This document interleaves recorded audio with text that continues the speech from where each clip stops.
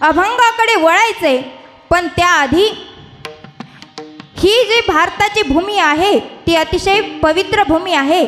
त्या मातीबद्दल सांगताना, त्या मातीबद्दल बोलताना असं बोलतात, धन्य ही भारतवर्षे धन्यस्य परंपरा भारतीय जनधन्य धन्यस्य संस्कृती.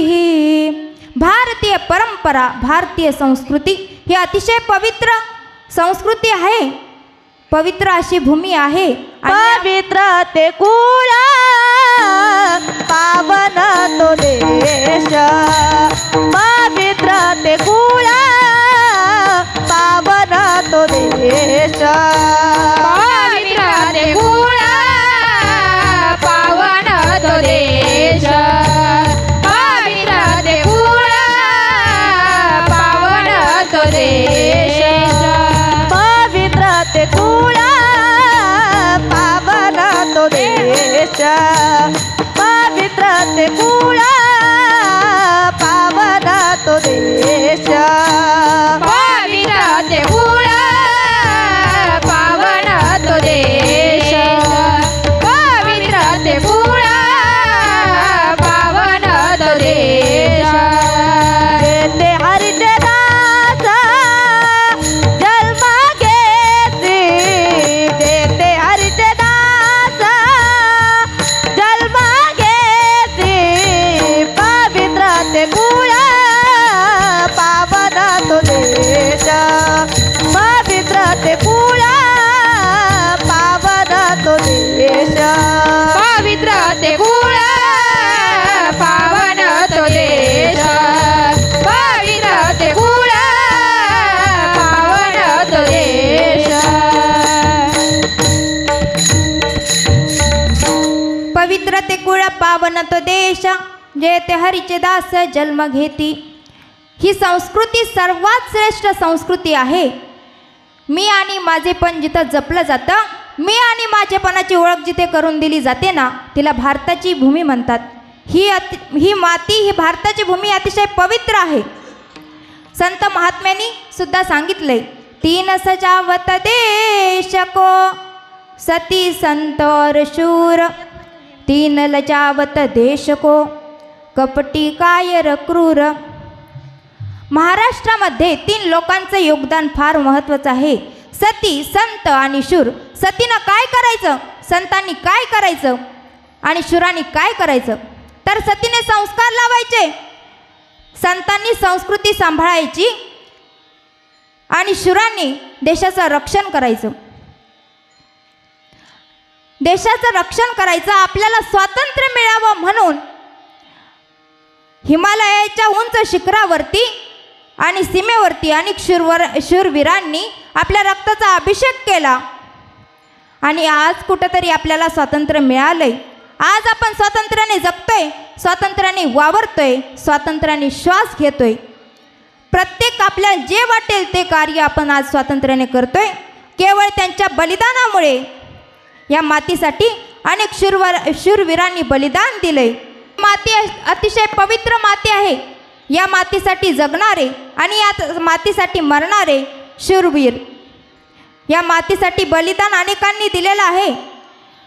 आणि ही पवित्र भूमी, अशा पवित्र भूमीमध्ये वैष्णव हरीचे दास जन्माला आलेत. ही संस्कृती फार मोठी संस्कृती आहे. संताचे संगती मनोमार्ग गती, आकळावा श्रीपती येणे पंथे. संतांची संगत जर आपल्याला झाली, आपण जर संतांची संगत केली तर आपल्याला भगवंताची प्राप्ती होते,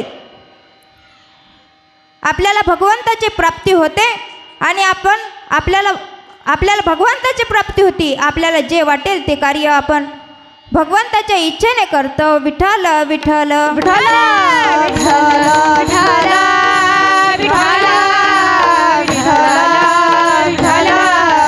विठ्ठल विठ्ठल विठ्ठल. हरे नामो नामे मम जीवनम कलो नास्ते वनास्ते वनास्ति का गतिरन्यथा. नामस्मरण करत असताना संगत ही संतांचीच करा, दुसरी कुणाची करून चालणार नाही. संगत ही संतांचीच करा, दुसरी कुणाची करून चालणार नाही. कारण नामस्मरण घडो संत समागमा वाऊगाची भ्रम नको देवा. नामस्मरण हे फार महत्त्वाचं आहे.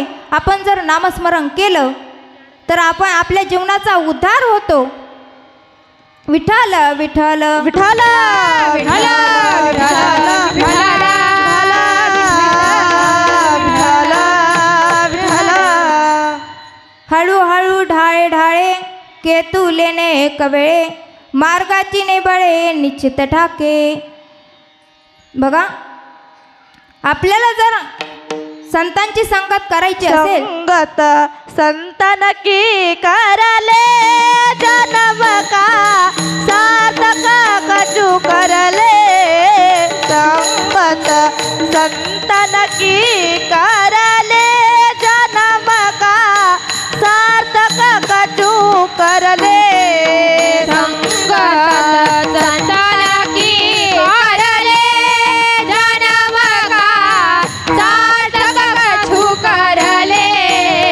संगत संताना की करले जन्म का सार्थक कछु करले. संगत संतन की करले जन्म का सार्थक कछु करले. संगत संतन की करले जन्म का सार्थक कछु करले. संगत संताना की करले जन्म का सार्थक कछु करले. संगत संताना की करले जन्म का सार्थक कछु करले. उत्तम नरदेहा पायो प्राणी. उत्तम नरदेहा पायो प्राणी. नका तीर्थ कछु करले जन्म का सार्थक कछु करले. संगत संतन की करले जन्म का सार्थक कछु करले. संगत संताना की करले जन्म का सार्थक कछु करले. संगत संताना की करले जन्म का सार्थक कछु करले.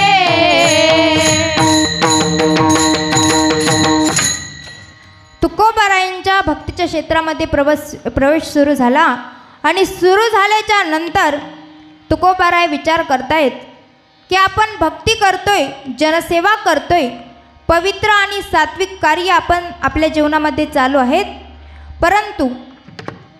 परंतु माझी भक्ती, माझा परमार्थ सफल होईल का? तुकोबाराय विचार करतात, माझा भक्ती आणि माझा परमार्थ सफल होईल का? त्यामुळे मला सद्गुरूंची प्राप्ती करावी लागेल. मला जर सद्गुरूंची प्राप्ती झाली तर माझे परमार्थ आणि भक्ती सफल होईल. त्यावेळेस सद्गुरूंची प्राप्ती झाली की माझ्या भक्ती आणि परमार्थ सफल होईल. हेच तुकोबाराय अभंगाच्या प्रथम चरणात सांगतात. उजळले भाग्यता. उजळले भाग्यता. उजळले भाग्यता. उजळले भाग्यता. उजळले भाग्यता. उजळले भाग्यता.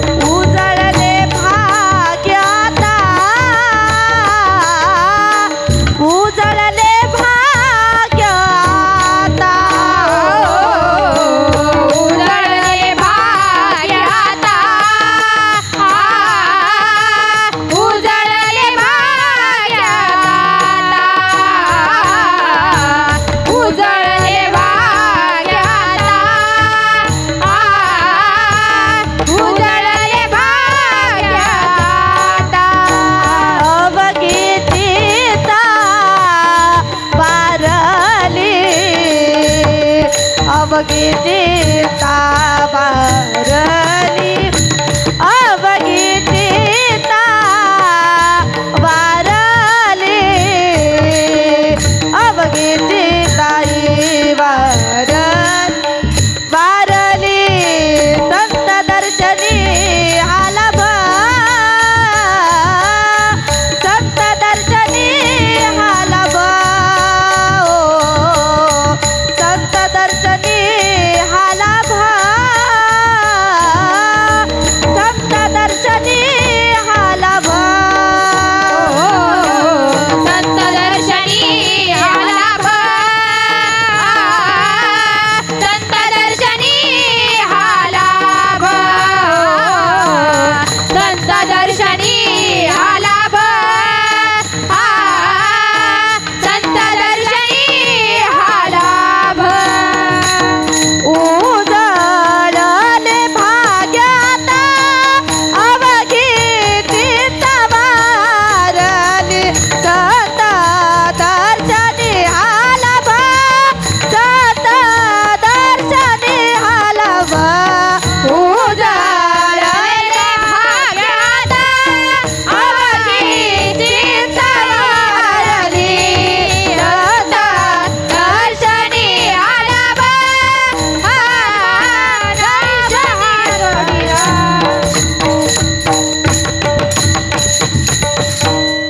उजळले भाग्याता अवघी चिंता वारली. तुकोबाराय म्हणतात, माझ्या जीवनामध्ये सद्गुरूंची प्राप्ती झाली आणि माझं भाग्य उदयाला आलं. उजळले भाग्याता अवघी चिंता वारली. आता सद्गुरु कृपेला गुरुकृपेला संत भाग्य म्हणतात आणि आपण आपलं भाग्य कशाला म्हणतो? आता कल्पना करा, एखाद्याला जर पाया खांता खांता सोन्याचा हंडा सापडला तर तो काय म्हणतो? माझं भाग्य उदयाला आलं. एखाद्याला मुलगा होत नसेल, त्याला जर मुलगा झाला तर तो म्हणतो माझं भाग्य उदयाला आलं. एखाद्याचं लग्न होत नसेल, त्याचं जर लग्न झालं तर तो म्हणतो माझं भाग्य उदयाला आलं. एखाद्याला नोकरी लागत नसेल, त्याला जर नोकरी लागली तर तो म्हणतो माझं भाग्य उदयाला आलं. एखाद्याच्या सर्व इच्छा आकांक्षा पूर्ण झाल्या तर तो म्हणतो माझं भाग्य उदयाला आलं. परंतु संत म्हणतात की या संसाराच्या गोष्टीमध्ये आमचं भाग्य नाही. आमचं भाग्य फक्त भगवंताच्या नामचिंतनात आणि गुरुकृपेत आमचं गुरुप्राप्तीत आमचं भाग्य आहे. विठ्ठल विठ्ठल विठ्ठल विठ्ठल विठ्ठल विठ्ठल विठ्ठल. आता काही लोक म्हणतात की आमचं बायकोच्या यात भाग्य आहे का? तर तुमच्या बायकोत सुद्धा तुमचं भाग्य नाही. बायकोचे सर सांगितलेले आहे, कामपत्नी, कर्कशापत्नी, सेवापत्नी, मोक्षपत्नी. कामपत्नी, कर्कशापत्नी, मोक्षपत्नी, सेवापत्नी हे प्रकार सांगितलेले आहेत.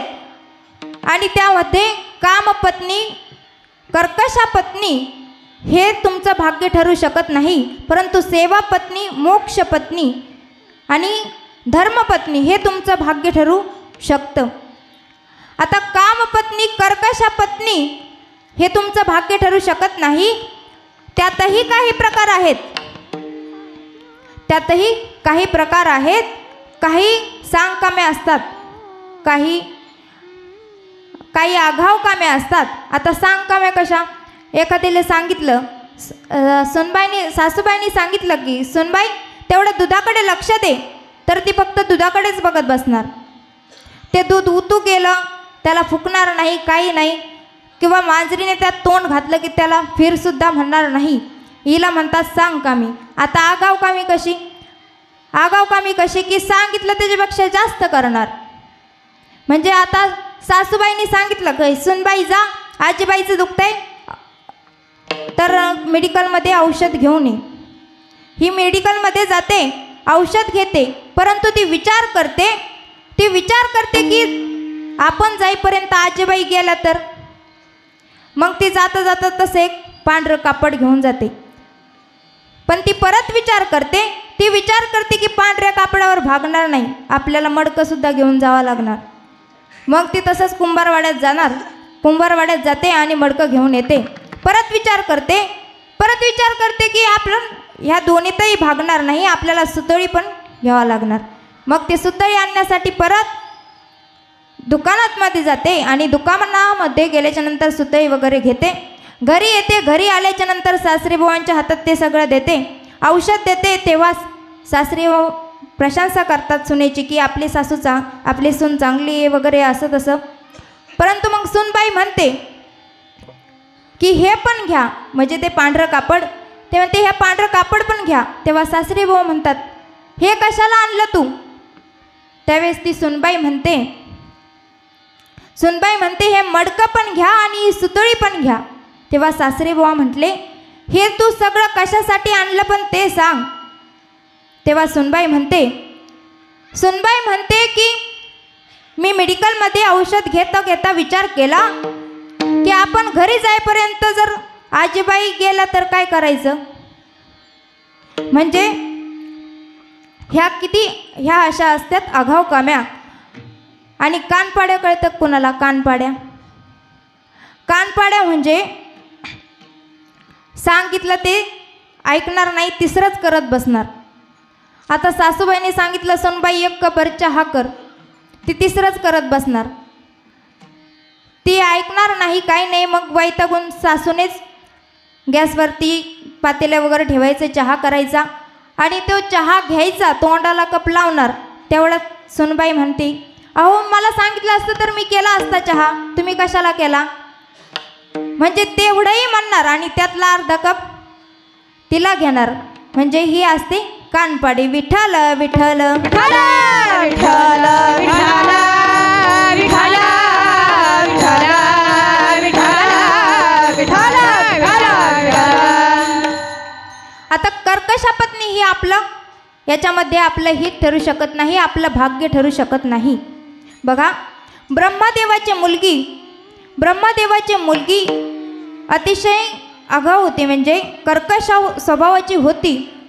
आणि ब्रह्मदेवाला चिंता पडली की आपल्या मुलीचं आपल्याला काहीतरी करावं लागन. मग ब्रह्मदेवाने एक ऋषीमुनी शोधले आणि ऋषीसोबत तिचं लग्न लावून दिलं. आणि लग्न लावून दिल्याच्या नंतर लग्न वगैरे झालं, ती त्या ऋषीच्या आश्रमावरती गेली. ऋषीच्या आश्रमावरती गेल्याच्या नंतर आता म्हणतात लग्न झाल्यावर तब्येत सुधारते, पण त्या ऋषीची पार तब्येत म्हणजे तो ऋषी पार वाळून गेला, त्याची तब्येत पार कमी झाली. नंतर मग त्याला एक दिवस भेटण्याकरिता त्याचे मित्र आले, त्या ऋषीचे मित्र आले आणि त्यांना म्हणाले का हो महाराज, तुम्ही लग्नाच्या आधी तर तुमची तब्येत खूप भारी होते आणि तुमची आता तर तब्येत सगळी कमी झाली, कसं काय हो? त्यावेळेस ते ऋषी म्हणाले काय सांगू महाराज तुम्हाला, माझी पत्नी इतकी कर्कश स्वभावाची आहे, इतकी आगाव आहे, मी सांगितलं त्याच्या उलट ती सगळं काम करते. तिला सांगितलं की आज मला पुरणपोळी खायची, तर ती पिठलं भाकरी करणार आणि माझ्या समोर आणून मांडणार. तिला सांगितलं ना अगं सते 1 कप भर चहा कर, तर ती भर थंडीच्या दिवसामध्ये सरबत आणून देणार. तिला सांगितलं ना गा सते शेजारच्या शांत काकूकडे जाऊ नको, तर ती शेजारच्या शांत काकूकडे जाऊन बसणार. म्हणजे ती इतकी आगाऊ होती. नंतर मग त्या महाराजांनी विचार केला आणि त्या ऋषींना सांगितलं महाराज ती तुमच्या सगळं उलटं करते, तुम्ही त्याच्या उलट करायचं, म्हणजे त्याचं तुमचं सगळं सुलट होईल. मग महाराजांनी सांगितलं उदाहरणार्थ तुम्हाला जर चहा प्यायचा असेल तर तुम्ही सांगायचं सते मला शरबत प्यायचं, शरबत कर बरं, तर ती तुम्हाला चहा आणून देईन. तुम्ही म्हणायचंय सते अगं मला पिठलं भाकरी खावीशी वाटते, तर ती तुम्हाला पुरणपोळी करून देईन. तुम्ही परत म्हणायचं सते शेजारच्या 10-15 मिनटं शेजारच्या शांत काकूकडे जाऊन बस, म्हणजे ती घरातच थांबन. असं करायचं. हे ऋषीमुनींना हा उपाय पटला. मग त्यांचे मित्र निघून गेल्याच्या नंतर ऋषीमुनी म्हटले हा उपाय आपण करून पाहायचा. आणि एके दिवशी महाराजांच्या त्या ऋषीच्या वडिलांचं श्राद्ध होतं आणि श्राद्ध होतं त्यानंतर मग ते ऋषीमुनी त्यांच्या बायकोला म्हटले, सते माझ्या वडिलांचं श्राद्ध आहे, आपल्याला ते काही करायचं नाही. ती म्हटली, का म्हणून करायचं नाही? माझ्या सासऱ्याचं श्राद्ध आहे, ते श्राद्ध करायचंच म्हटली. त्या तुमच्या वडिलांचं तर म्हणलीच नाही, माझ्या सासऱ्याचं म्हटली. बरं ते श्राद्ध वगैरे करायचं ठरलं आणि ठरल्याच्या नंतर मग परत महाराज तिला ते ऋषीमुनी म्हटले, ऋषी म्हटले, सते आपण पिंडदान वगैरे लोकांना गावातल्या लोकांना जेव वगैरे घालायचं नाही. मग सती म्हटली, का म्हणून घालायचं नाही? पिंडदान वगैरे करायचं आणि गाव जेवणसुद्धा घालायचं. सगळा स्वयंपाक एकटीनेच केला, एकटीने केला आणि सर्व गाव जेवण वगैरे घातलं. सायंकाळची वेळ झाली, सायंकाळची वेळ झाली आणि झाल्याच्या नंतर आता ते ऋषी म्हटले, सते हे पिंडदान वगैरे आपण उकिरड्यावरती टाकून देऊ. ती म्हटली, का म्हणून टाकून द्यायचं? नदी नाही का? मग आता ऋषीमुनी म्हटले, ते ऋषी म्हटले, चल म्हटले, उचल आणि चल म्हटले. मग ती पुढंच चालू लागली. त्यावेळेस ऋषीमुनी म्हटले, सते माझ्या मागे चल. ती म्हटली, नाही मी पुढेच चालणार. त्यावेळेस परत ते ऋषी म्हटले, अगं जास्त थोडं दमाने चाल, जास्त चालू नको. ती म्हटली, नाही मी पळणार. ती पळूच लागली. ती पळायला लागली आणि पळायला लागल्याच्या नंतर ते ऋषी म्हटले की सते नदीजवळ जाऊ नको. ही म्हटली, मी नदीजवळ जाणार. परत ऋषी म्हटले, सते नदीत जाऊ नको. ती म्हटली, मी नदीत जाणार. ते ऋषी म्हटले, अगं खोल पाण्यात तरी जाऊ नको. हे म्हटली, मी जाणार. परत ते ऋषी म्हटले, सते बुडशील अगं. ती म्हटली, नाही मी बुडणार. ते ऋषी म्हटले, अगं मरशील. ती म्हटली, मी मरणार. खोल पाण्यात गेली, बुडाली आणि वाहून गेली. तेव्हा 2 दिवसांनी ते ऋषीमुनी पाहण्यासाठी तिला परत गेले. वरती फुगून आली का काय ते पाहण्यासाठी गेले आणि जिकडून पाण्याचा चढ होता तिथं जाऊन पाहू लागले. मग तिकडून काही लोक गावातील मंडळी येत होते. गावातील मंडळी म्हणाले, का हो ऋषीमुनी, काय पाहता म्हणे त्या पाण्यात? त्यावेळेस ते ऋषी म्हणाले, माझी पत्नी 2 दिवस झाले पाण्यात वाहून गेली, तिला कुठं दिसते का? ते फुगून वरती आली का ते कुठं तरी पाहतोय मी. त्यावेळेस ते मंडळी म्हणाली, का हो ऋषी, तुम्हाला काही येड लागलंय का? पाणी कसं वाहतंय आणि तुम्ही तुमची बायको कुठं पाहताय म्हणे. त्यावेळेस ते ऋषी म्हणाले, तुम्हाला काही माहीत नाही म्हणे, मला 6 महिन्याचा अनुभव आहे. ती सरळ वाहतच नाही जाणार म्हणे, ती उलटी वाहत येणार म्हणे. 6 महिन्याचा अनुभव आहे. म्हणजे कर्कशाच्या संगतीत कर्कशासोबत भाग्य ठरतं का आपलं? तर नाही. विठ्ठल विठ्ठल विठ्ठल विठ्ठल विठ्ठल विठ्ठल विठ्ठल विठ्ठल. कर्कशा संगती दुःख उदंड पूजिती. कर्कशा संगतीत आपलं भाग्य होऊ शकत नाही. सेवा पत्नी असेल, मोक्ष पत्नी असेल आणि धर्म पत्नी असेल तर आपलं भाग्य ठरू शकतं. पत्नी कशी असावी? तर प्रभू रामचंद्रांच्या पत्नीसारखी, सीतेमातेसारखी असावी. पत्नी कशी असावी? एकनाथ महाराजांच्या पत्नीसारखी असावी. पत्नी कशी असावी? कबीरजी महाराजांच्या पत्नीसारखी असावी. पत्नी कशी असावी? शहाजी राजे मासाहेब जिजाऊ यांसारखी पत्नी असावी. अशा जर पत्न्या असेल तर आपलं भाग्य ठरू शकतं, अन्यथा भाग्य ठरत नाही. विठ्ठल विठ्ठल विठ्ठल विठ्ठल विठ्ठल विठ्ठल विठ्ठल. सीतामातेसारखी सेवा पत्नी, पतिव्रता ही यासारखे पत्नी असेल तर आपलं भाग्य ठरू शकतं. कारण वनवास हा सीतेला नव्हता, प्रभू रामचंद्रांना होता. परंतु सीतामाता राजवैभवाचा त्याग करून प्रभू रामचंद्रांच्या सेवेसाठी 14 वर्ष वनवासात प्रभू रामचंद्रांसोबत राहिल्या. मग अशी जर पत्नी असेल तर आपलं भाग्य ठरू शकतं, अन्यथा भाग्य ठरू शकत नाही. विठ्ठल विठ्ठल विठ्ठल विठ्ठल विठ्ठल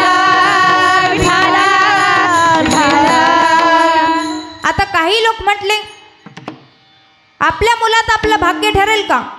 तर नाही, आपल्या मुलातही आपलं भाग्य ठरू शकत नाही. कारण दुर्योधनाच्या प्रवृत्तीचा, दुःशासनाच्या प्रवृत्तीचा असे जर कर्कम करणारे, व्यसन करणारे, जुगार खेळणारे, आईवडिलांना पायाखाली तुडवणारे, मोठ्या वडीलधाऱ्या माणसांचा अपमान करणारे जर मुलं असतील तर ते आपलं भाग्य ठरू शकत नाही. आपलं भाग्य ठरू शकत नाही. विठ्ठल विठ्ठल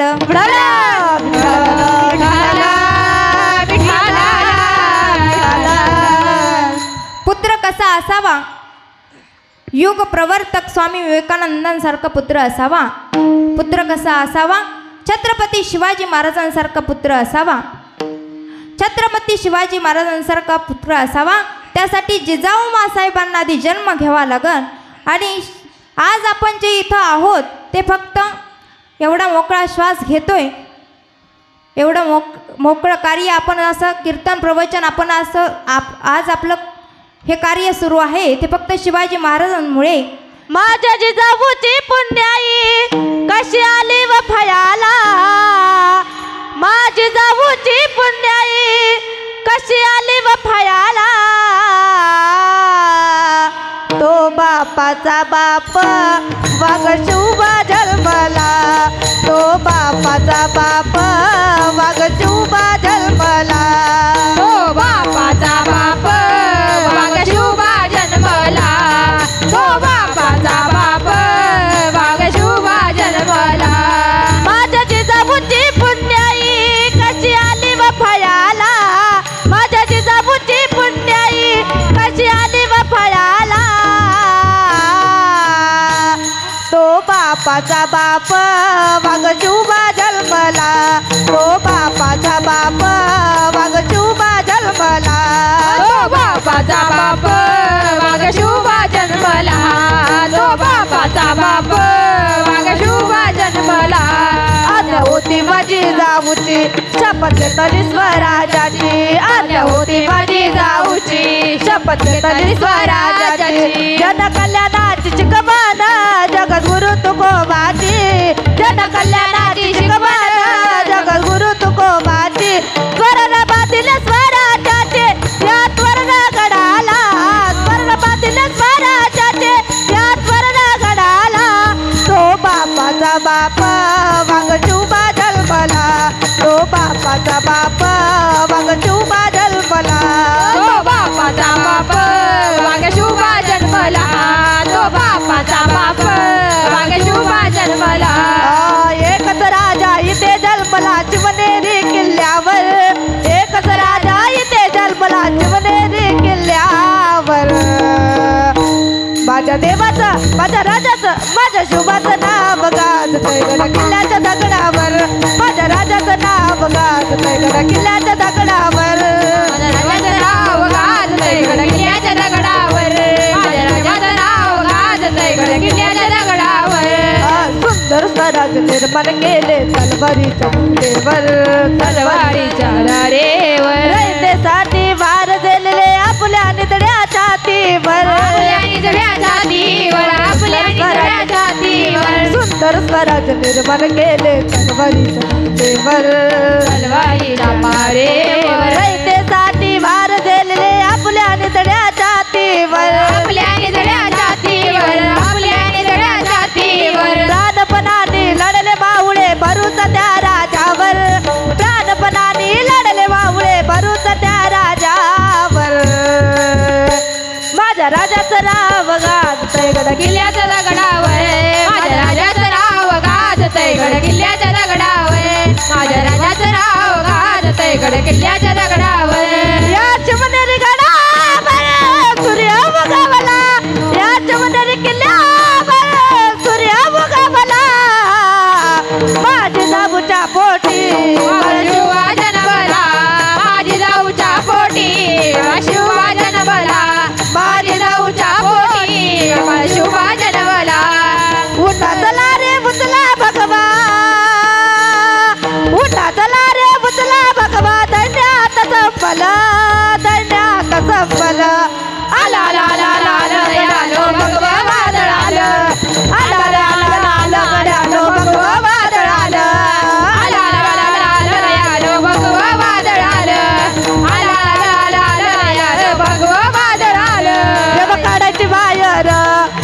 चमचमती दार जेव्हा काढायची बाहेर तिचे चमचमती दार कशी घुसती कशी घुसती कशी घुसती आर पार शिवरायाची तलवार कशी घुसती आर पार शिवरायाची तलवार कशी घुसती आर पार शिवरायाची तलवार कशी घुसती आर पार शिवरायाची तलवार जय जय जय जय जय भवानी जय जय जय जय जय शिवाजी जय जय जय जय जय भवानी जय जय जय जय जय शिवाजी हर हर महादेव हर हर महादेव छत्रपती शिवाजी महाराज की धर्मवीर संभाजी महाराज की बोला बोला बोला बोला बोला बाबाच्या नावानं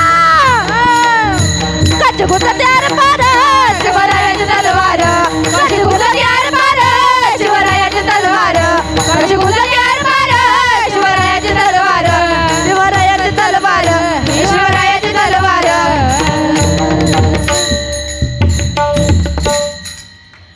जर शिवाजी महाराजांसारखा पुत्र असेल तर आपलं भाग्य ठरू शकतं. बघा,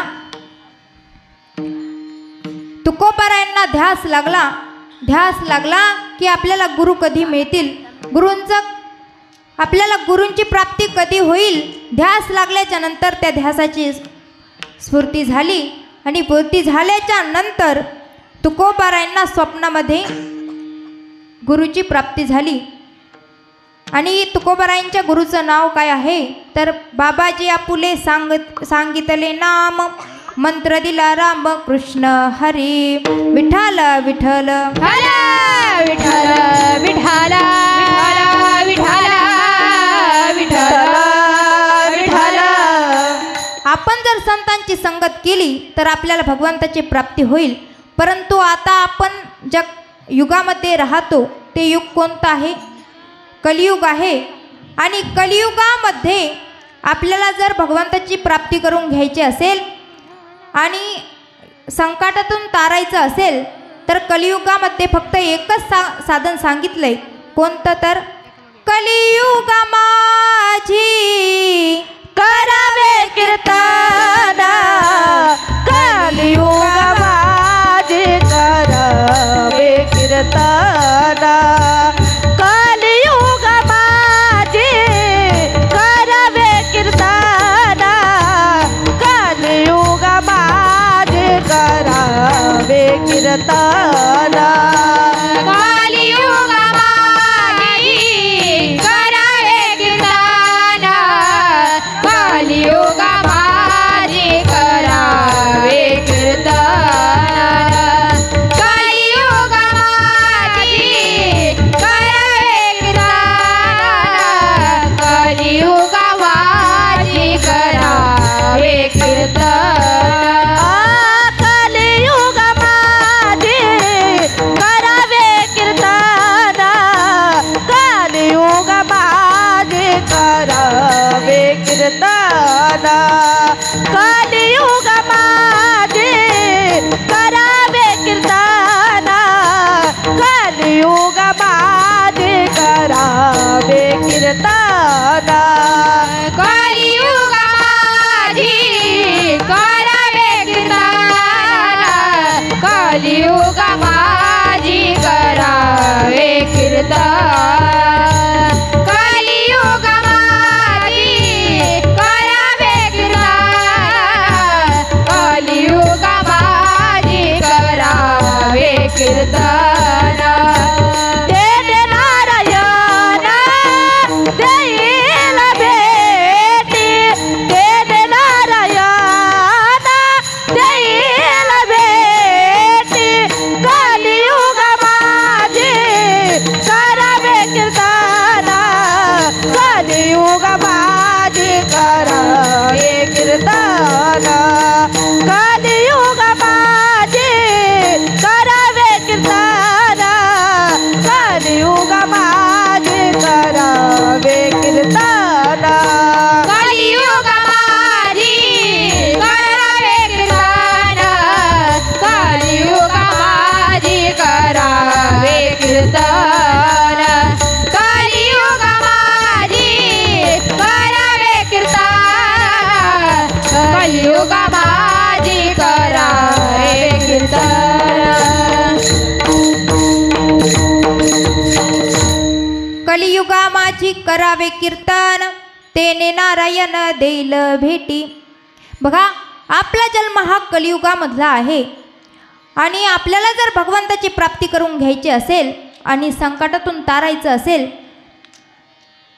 तर या आपल्याला भगवंताचं नामचिंतन करावं लागेल. बघा, ज्यावेळेस महाभारताचं युद्ध संपलं आणि 5 पांडव भगवंताकडे गेले. भगवंताकडे गेल्याच्या नंतर भगवंताला सांगितलं, भगवंताला विचारलं, भगवंता येणारं युग हे कोणतं आहे? येणाऱ्या युगामध्ये काय होणार आहे हे आम्हाला तू सांग. मग भगवंत सांगतायत, भगवंत म्हणतात, पांडवांनो, मी तुम्हाला हे फक्त सांगणारच नाही तर मी तुम्हाला प्रत्यक्ष दाखवून देणार आहे की येणाऱ्या युगामध्ये काय होणार आहे ते. मग भगवंताने 5ही पांडव 5 दिशेला पाठवले आणि 5 दिशेला पाठवल्याच्या नंतर पहिलं आश्चर्य पाहिलं धर्मराजाने आश्चर्य पाहिलं. भगवंताचा वाहन असणारा गरुड, त्याच्या पंखावरती वेद लिहिलेले परंतु तोंडामध्ये मांसाचा तुकडा. हे काय आश्चर्य! धर्मराजाला आश्चर्य वाटलं. दुसरं आश्चर्य पाहिलं भीमदादाने आश्चर्य पाहिलं.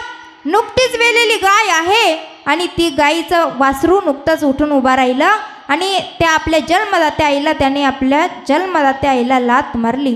हे काय आश्चर्य! भीमदादाला आश्चर्य वाटलं. तिसरं आश्चर्य पाहिलं अर्जुनाने आश्चर्य पाहिलं की 2 तोंडाचा हत्ती. अर्जुनाने विचार केला की एवढं मोठं महाभारताचं युद्ध झालं, मला कुठं 2 तोंडाचा हत्ती दिसला नाही आणि आत्ता 2 तोंडाचा हत्ती. हे काय आश्चर्य! अर्जुनाला आश्चर्य वाटलं.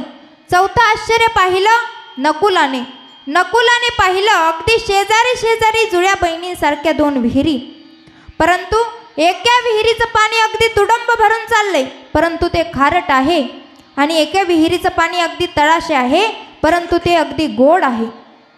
नकुलाला आश्चर्य वाटलं. आणि 5वं आश्चर्य पाहिलं सहदेवाने आश्चर्य पाहिलं की सहदेव एका डोंगराच्या कडेने जात होते आणि जात असताना त्यांची नजर सहज एका डोंगराकडे गेली. डोंगराकडे गेल्याच्या नंतर त्यांना असं आश्चर्य दिसलं की त्यांच्या त्या डोंगरावरून एक दगड कोसळत त्यांच्या अंगावर येत होता आणि नेहमीप्रमाणे सहदेवाने भगवंताचं नाम मुखाला घेतलं आणि तो दगड एका वाळलेल्या काँग्रेसच्या काडीने थांबला. सहदेवाला आश्चर्य वाटलं.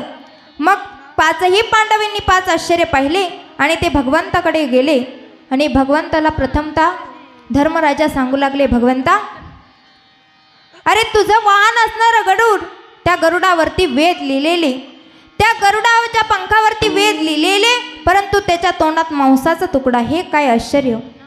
त्यावेळेस भगवंत म्हणतात, धर्मा, येणारं युग हे कलियुग आहे. कलियुगामध्ये अशीच माणसं जन्माला येणार आहेत.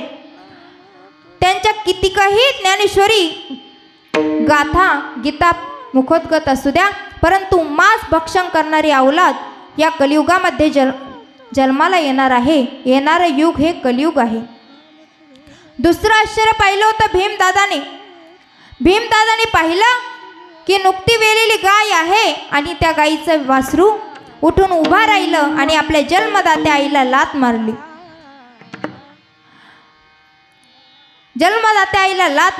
तर भीमाला आश्चर्य वाटलं.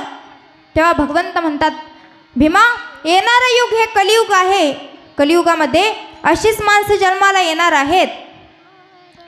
आई वडिलांच्या पायावरती डोकं ठेवायचं तर आई वडिलांच्या डोक्यावरती पाय ठेवणारे अवलाद या कलियुगामध्ये जन्माला येणार आहेत. तिसरं आश्चर्य पाहिलं होतं अर्जुनानं पाहिलं होतं 2 तोंडाचा हत्ती. भगवंत म्हणतात, अरे येणारे युग हे कलियुग आहे. कलियुगामध्ये अशीच माणसं जन्माला येणार आहेत. 2 तोंडाने बोलणारी माणसं जन्माला येणार आहेत. प्रचार एकाचा करणार, पैसा दुसऱ्याचाच खाणार आणि मतदान तिसऱ्यालाच देणार अशी माणसं या कलियुगामध्ये जन्माला येणार आहेत. चौथं आश्चर्य पाहिलं होतं नकुलाने. नकुलाने पाहिलं होतं अगदी शेजारी शेजारी जुळ्या 2 विहिरी आहेत. एकाच पाणी अगदी तुडुंब भरून चाललंय, परंतु ते खारट आहे. आणि एकाच पाणी अगदी तळाशी आहे, थोडंच आहे, परंतु ते गोड आहे. त्यावेळेस भगवंत म्हणतात, नकुला, येणारं युग हे कलियुग आहे. येणाऱ्या युगामध्ये अशीच माणसं जन्माला येणार आहे. ते खारे पाण्यासारखी माणसं, वाईट वृत्तीचे माणसं खूप असणार आहे. परंतु ज्या विहिरीमध्ये थोडं पाणी आहे, म्हणजे साधू मंडळी अगदी ते थोडं पाण्यासारखी थोडीच असणार आहे. या कलियुगामध्ये अशी माणसं जन्माला येणार आहेत. आणि 5वं आश्चर्य पाहिलं होतं सहदेवाने. सहदेवाने पाहिलं होतं की सहदेव रस्त्याच्या कडेने एका डोंगराच्या कडेने जात होते. आणि जात असताना त्यांची नजर सहज एका डोंगरावर पडली. आणि डोंगरावर गेल्याच्या नंतर त्यांना असं आश्चर्य दिसलं की वरून एक कोसळ दगड येत होता. त्यांच्या अंगावरती एक कोसळ दगड येत होता. आणि त्यांनी सहज नेहमीप्रमाणे भगवंताचं नाम मुखाला घेतलं. आणि तो दगड एका वाळलेल्या काँग्रेसच्या कडेने थांबला. त्यावेळेस भगवंत म्हणतात, सहदेवा, येणारं युग हे कलियुग आहे. येणाऱ्या युगामध्ये अशीच माणसं जन्माला येणार आहेत. येणाऱ्या युगामध्ये अशीच माणसं जन्माला येणार आहे. येणाऱ्या युगात जर कोणी संकटात असेल आणि त्याने जर माझं एकदा जरी नाम मुखाला घेतलं तर ते सहज ते संकट तरणार आहे. येणारं युग हे कलियुग आहे. विठ्ठल विठ्ठल विठ्ठल विठ्ठल विठ्ठल विठ्ठल विठ्ठल विठ्ठल. येणारं युग हे कलियुग आहे. कलियुगामध्ये अशीच माणसं जन्माला येणार आहेत. बघा, जंगलाचा राजा गजेंद्राच्या जीवनामध्ये असा प्रसंग घडला की गजेंद्र रोज जंगलामधून जात असताना त्याचा जय जयकार व्हायचा.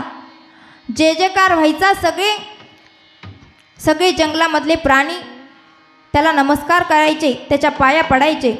परंतु एके दिवशी गजेंद्रला जलक्रीडा करण्याची इच्छा झाली. आणि इच्छा झाल्याच्या नंतर तो जलक्रीडा करण्यासाठी एका तळ्यात गेला. आणि तळ्यात गेल्याच्या नंतर तो जलक्रीडा करू लागला. 1 तास 2 तास 3 तास जलक्रीडा करू लागला. परंतु जलक्रीडा करत असताना त्याचा पाय एका नकराने धरला. नकर कळतं ना सगळ्याला? नकर म्हणजे मगर. मगरीने त्याचा पाय धरला आणि मगर काही त्याचा पाय सोडत नव्हती. मगरीने पाय धरल्याच्या नंतर ती सोडत नाही. मग गजेंद्राने त्याच्या मुलाला आवाज दिला, धावा धावा असा आवाज केला, पण कोणी येईना. शेवटी मुलं आले.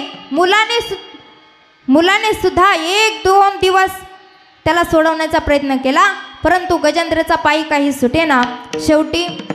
शेवटी गजेंद्राने त्यांच्या बायकोला आवाज दिला. त्याच्या 3ही बायका धावत आल्या आणि 3 दिवस त्या सलग गजेंद्राचा पाय काढण्याचा प्रयत्न करत होत्या, पण त्यांना काही तो पाय काढता आला नाही.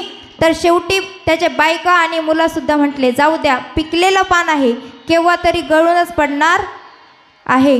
म्हणजे बघा, शेवटी कुणी कुणाचं नसतं. नाही रे, नाही कुणाचे कोणी, नाही रे, नाही कुणाचे कोणी, नाही रे, नाही कुणाचे कोणी, नाही रे.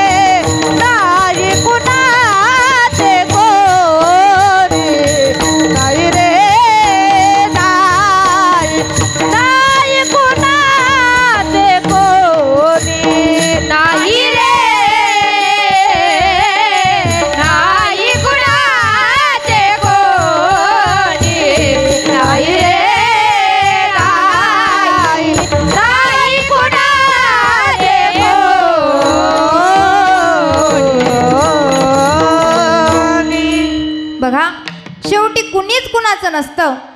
शेवटी गजेंद्राने भगवंताचा धावा करायला सुरुवात केली. पिवळा पितांबर कैसा गगनी जळकला, कैसा गगनी जळकला. गरुडावर बैसोनी माझा कैवारी आला. पिवळा पितांबर कैसा गगनी जळकला, कैसा गगनी जळकला. गरुडावर बैसोनी माझा कैवारी आला. भगवंताचा धावा करायला सुरुवात केली.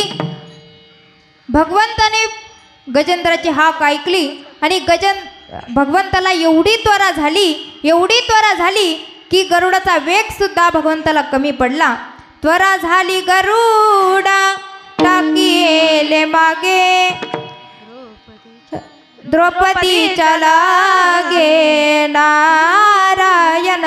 एवढी त्वरा झाली. भगवंत त्वरेने गेले आणि गजेंद्राची सुटका केली. म्हणजे या जगात कुणीही कुणाचं नसतं. बायका मुलं ही आपले नसतात. विठ्ठल विठ्ठल विठ्ठल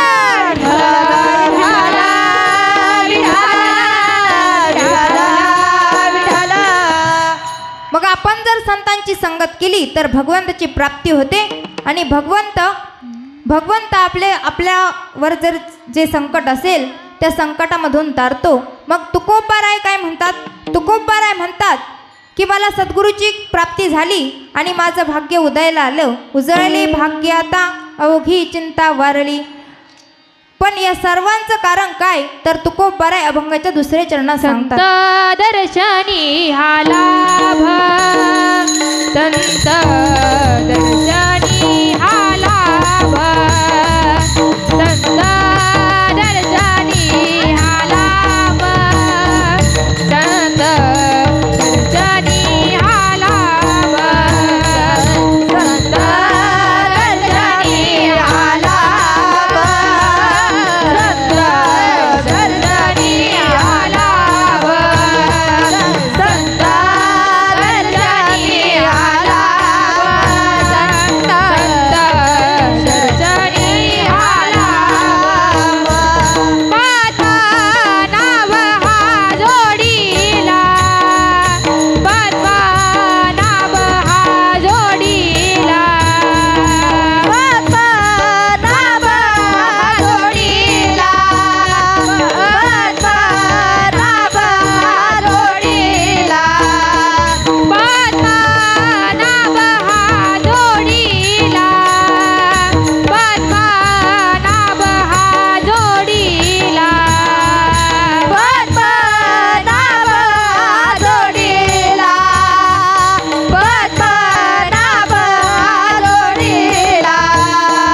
संत दर्शनी हा लाभ, संत दर्शनी हा लाभ, संत दर्शनी हा लाभ, संत दर्शनी हा लाभ, संत दर्शनी हा लाभ, संत दर्शनी हा लाभ, संत दर्शनी हा लाभ, संत दर्शनी हा लाभ. संत दर्शनी हा लाभ पद्मनाभ जोडला. तुकोबाराय म्हणतात पद्मनाभ आम्ही जोडला. पद्मनाभ हे भगवंताचं नाम आहे आणि पद्मनाभ म्हणजे बघा भगवंताच्या नाभीतून कमलाची उत्पत्ती झालेली आहे आणि कमलामधून ब्रह्माची उत्पत्ती झालेली आहे. ब्रह्माने सर्व सृष्टी उत्पन्न केली परंतु त्यांनी कमल हे उत्पन्न केलेलं नाही. म्हणजे पद्मनाभ हे भगवंताचं नाम आहे आणि तुकोबाराय म्हणतात की आम्ही पद्मनाभ जोडला. विठ्ठल विठ्ठल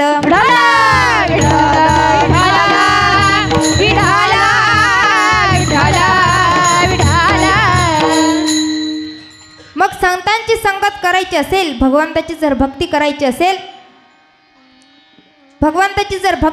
असेल तर तुम्ही संतांची संगत करा. सर्वांनी आता एकदा विठोबा रुक्माईचं भजन घेऊ. सर्वांनी वरती हात घ्या.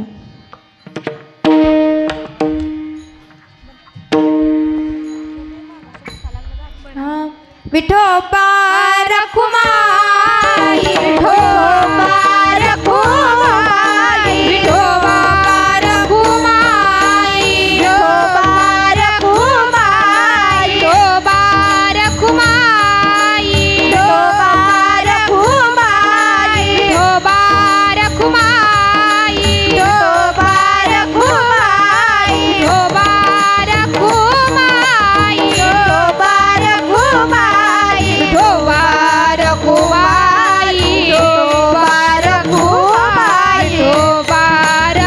रखुमाई, विठोबा रखुमाई, विठोबा रखुमाई, विठोबा रखुमाई, विठोबा रखुमाई, हरि जय हरि जय जय जय जय जय जय जय विठोबा रखुमाई, विठोबा रखुमाई, हरि जय हरि जय जय जय जय हरि जय जय जय जय जय जय जय हरि जय हरि जय जय जय जय विठोबा रखुमाई, विठोबा रखुमाई, विठोबा रखुमाई, विठोबा रखुमाई, विठोबा रखुमाई, विठोबा रखुमाई, विठोबा रखुमाई, विठोबा रखुमाई, विठोबा रखुमाई, विठोबा रखुमाई, विठोबा रखुमाई, विठोबा रखुमाई.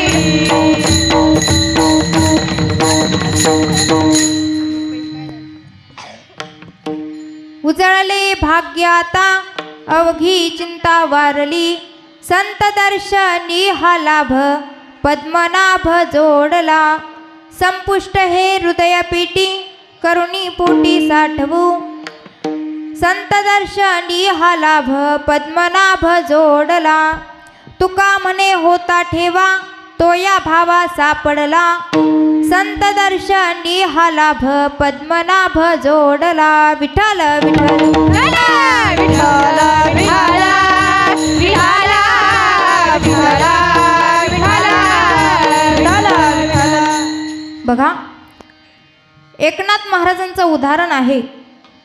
एक वेळेस एकनाथ महाराज नदीच्या काठी बसले होते आणि नदीच्या काठी बसले असताना त्यांना विंचू पाण्यात पडलेला दिसला. विंचू पाण्यात पडलेला दिसल्याच्या नंतर त्यांना त्या विंचवायची दया आली आणि त्या विंचवाला त्यांनी तळहातावर घेतलं.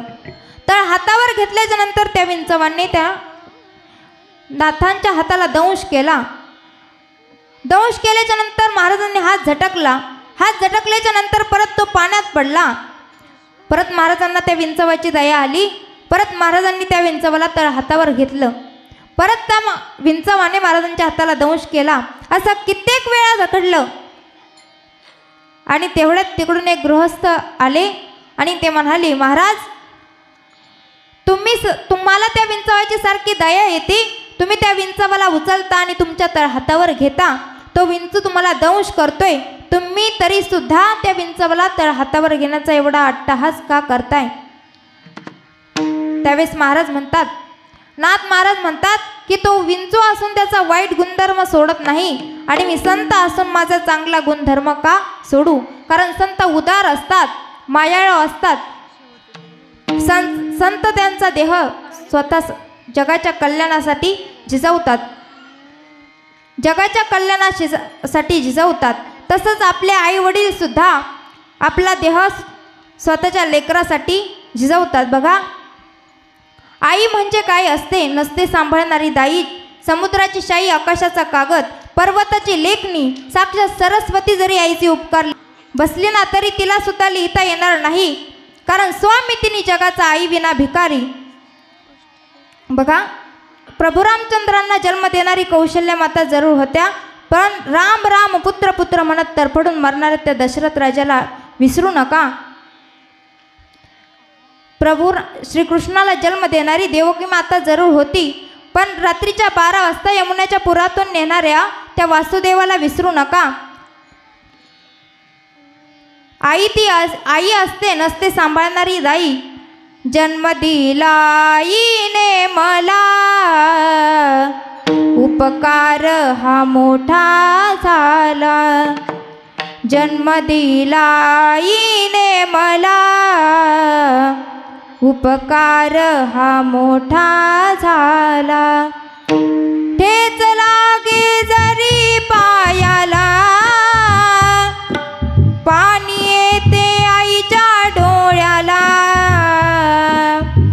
ठेच लागे जरी पायाला,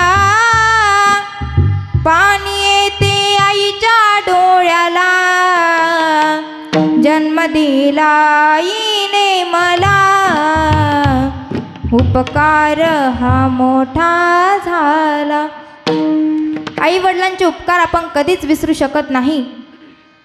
बघा, आपल्या कीर्तनाचे नियोजित वेळ ही संपलेली आहे. आज आपल्या कीर्तनात ज्यांनी रंग भरवण्याचं काम केलंय असे असणारे मृदुंगाचार्य वेदांत महाराज सोशे, त्यांनी माझ्या कीर्तनात रंग भरवण्याचं काम केलं, त्यांचे मी आभार मानते. तसेच तबला वादक दिशा दिदी मोरे, त्यांनी सुंदर तबल्याची साथ केली, त्यांचे मी मनापासून आभार मानते.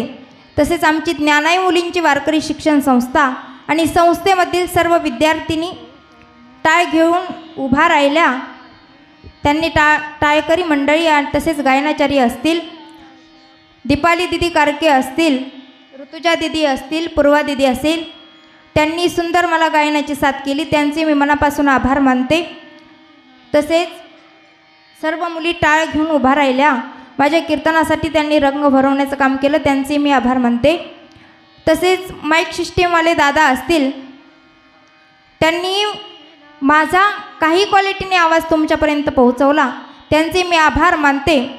तसेच मला ज्यांनी ही कीर्तनरूपी सेवा दिली असे असणारे कांबळे सर असतील, समस्त ग्रामस्थ आडगावकर मंडळी, तसेच माझे गुरुवर्य हरिभक्तीपरायण दीपकजी महाराज सुद्रिक पाटील, तसेच हरिभक्तपरायण अनिताताई महाराज सुद्रिक पाटील, मी त्यांचे मनापासून आभार मानते.